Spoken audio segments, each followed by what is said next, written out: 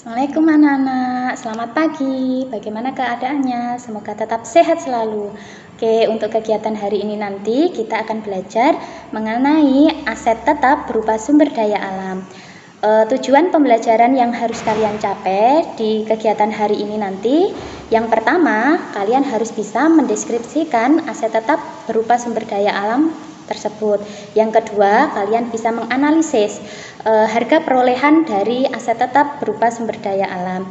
Yang ketiga, kalian dapat menganalisis beban deflasi berupa sumber daya alam. Dan yang terakhir, nanti kalian bisa membuat perhitungan dan mencatat jurnal untuk beban deflasi aset tetap berupa sumber daya alam itu ada 4. Yang pertama merupakan hasil dari kegiatan operasional. Jadi untuk karakteristik yang pertama ini, sumber daya alam itu dari kegiatan operasional, misalkan seperti pertambangan, penggalian, pemotongan, atau pemompaan. Karakteristik yang kedua itu adalah hanya dapat digantikan oleh kekuatan alam. Jadi sumber daya alam tersebut bisa digantikan secara ilmiah. Kemudian yang ketiga, habis digunakan melalui pertambangan, karena kita tahu sumber yang tidak bisa diperbaharui itu akan habis masa manfaatnya ketika proses penambangan secara terus-menerus. Yang keempat adalah tidak dapat digantikan selain aset tetap berupa sumber daya alam. Sekarang untuk harga perolehan aset, contohnya elemen dari harga perolehan aset tetap itu ada 3. Yang pertama dari harga beli. Jadi harga beli itu semua biaya yang dikeluarkan untuk mendapatkan sumber daya alam tersebut. Kedua adalah biaya eksplorasi. Biaya eksplorasi di sini adalah semua kegiatan yang digunakan untuk merencanakan di mana sih nanti kita akan mencari sumber daya alam tersebut. Terus kemudian yang terakhir adalah biaya pengorbanan non fisik. Jadi kalau biaya pengorbanan non fisik ini hubungannya nanti dengan pengembangan dari sumber daya alam tersebut. Sekarang penyusutan sumber daya alam berupa sumber daya alam itu namanya deflasi. Rumus atau metode yang digunakan untuk pencatatan beban deflasi itu menggunakan unit produksi. Dengan rumusnya adalah beban deflasi itu bisa dihitung dengan cara harga perolehan sumber daya alam tersebut dikurangi dengan nilai sisa, kemudian dibagi dengan taksiran total hasilnya. Setelah itu nanti baru dikali dengan jumlah hasil yang diperoleh selama periode yang diinginkan. Nah, di sini ada contoh-contoh dari sumber daya alam. Mungkin anak-anak bisa memperhatikan. Di situ ada contohnya misalkan batu bara, kemudian ada pertambangan minyak. Jadi ada kilang minyak. Jadi hasilnya minyak itu merupakan sumber daya alam. Kemudian ada gas bumi. Terus kemudian ada biji besi. Dan yang terakhir sumber daya alam berupa kayu. Dan untuk sumber daya alam berupa kayu ini nanti bisa digantikan dengan cara menanam kembali. Kalian perhatikan untuk soalnya. Pada tanggal 2 Januari 2019, PT Maharani menginvestasikan uangnya sebanyak 66 miliar pada suatu pertambangan batu bara. Pertambangan batu bara tersebut ditaksir mengandung 6 juta ton batu bara.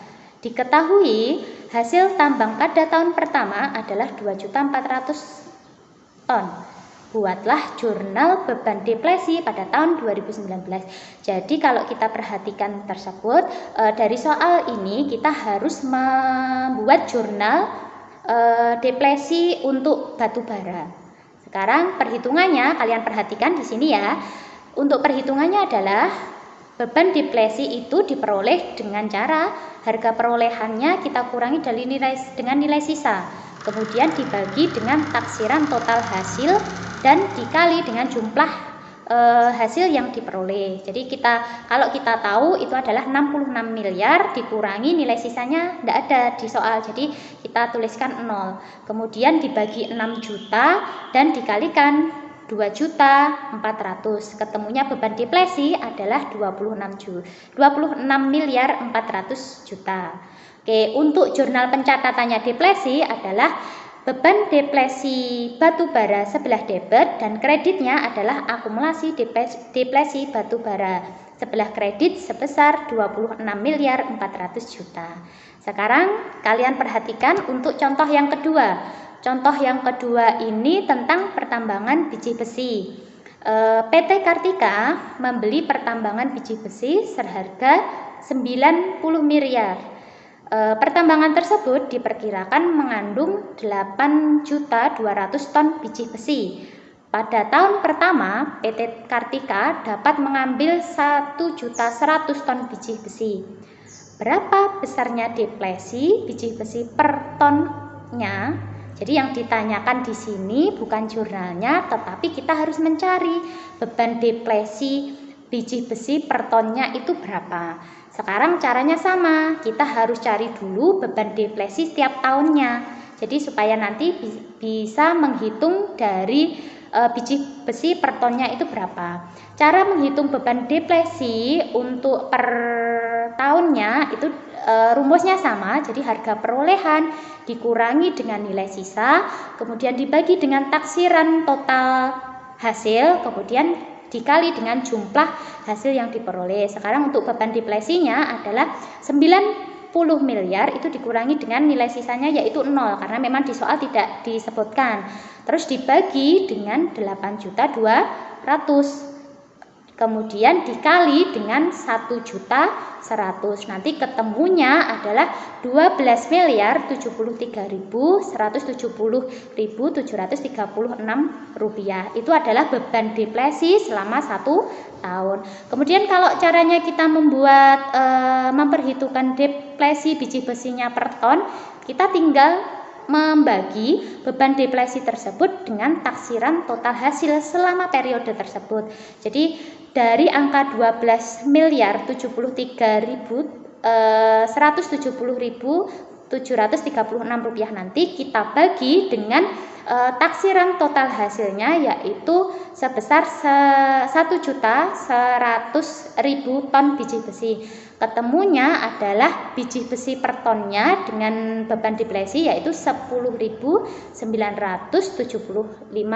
rupiah. Kita belajar tentang aset tetap berupa sumber daya alam tadi, mulai dari karakteristik sampai perhitungannya. Semoga nanti anak-anak semuanya bisa mengambil kesimpulan dari materi yang kita bahas pada kegiatan hari ini.